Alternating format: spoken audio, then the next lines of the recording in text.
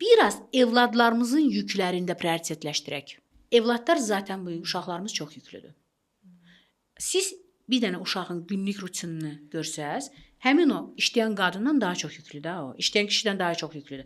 O məktəbdən evə gəlir, evdə yeməyi yeməlidir, getməlidir hazırlıqlarına, hazırlıqlardan çıxmalıdır, getməlidir idmana. Uşaq səhər saat 7-nin yarısında, axşam saat 11-ə qədər ancaq yollardadır. Uşaq oradan artıq yorğunluq sindromunu yaşamağa başlayıb. İşte tükənmişlik. Bax, orada tükətdiyim bir şəxsdən mən 40 yaşında hansı karyeranı gözləyəcəm? Əlbəttə ki, o şikayət edəcək. Əlbəttə ki, o ağlayacaq.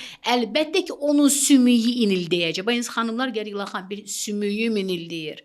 Real bu şikayət deyil, bu artıq real olaraq adam deyir ki, mən barmağımı qaldıra bilmirəm. Biraz gedirik də, əlbəttə ki, orada tibbi müayinələr var, mütləq şəkildə həkim nəzarət olmalıdır. Qayıdıram onun uşaqlığına, uşaq 6 yaşından çapır. Lazım oldu, olmadı. Bax, məsələ burada şərt odur. Lazım oldu, olmadı.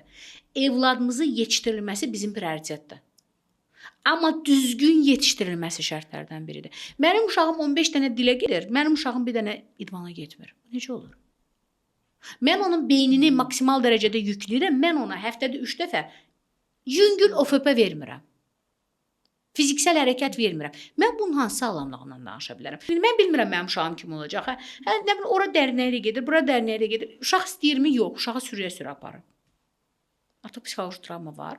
Uşaq tükənmişlik sindromu yaşayır. Yenə deyirəm, normalda necə deyir? Uşaq səhər saat 7-nin yarısı girirsə, o arada bir onun yuxu modeli olmalıdır. Axşam saat 9-10 o yatmalıdır. Biraz oynamağı bacarmalıdır. Oynamağa, inkişaf etməyə uşağın vaxtı qalmır və sonra mən ondan sağlam şəxsiyyət istəyirəm. Biznes nədir? Oyun oynama qabiliyyəti.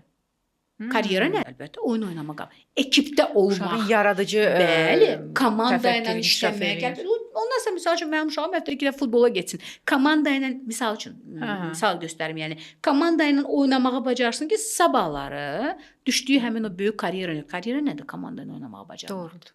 Heç bir lider tək oynaya bilməz. Heç bir idarəçi tək oynaya bilməz.